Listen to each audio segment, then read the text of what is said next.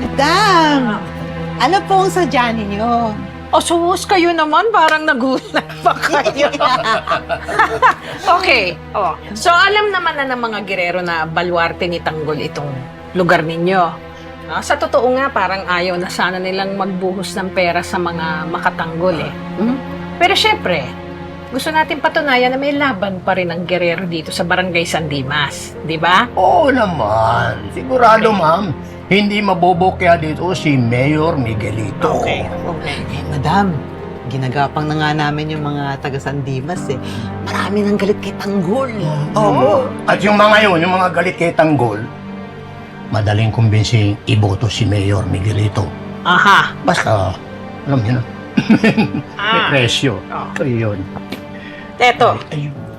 Ito ang pambili ng boto at syempre, ito inyo. Ay, naku, ang dami naman ito, ma'am.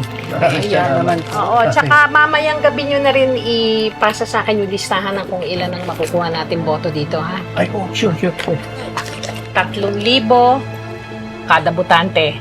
Bawat boto, importante.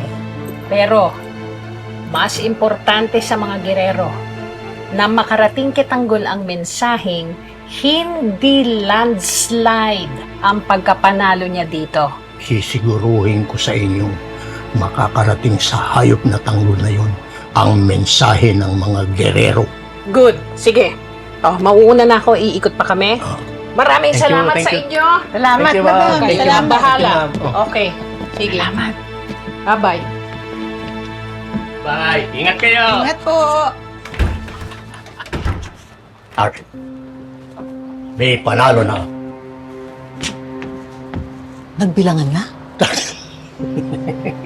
Ano panalo? May panalo na.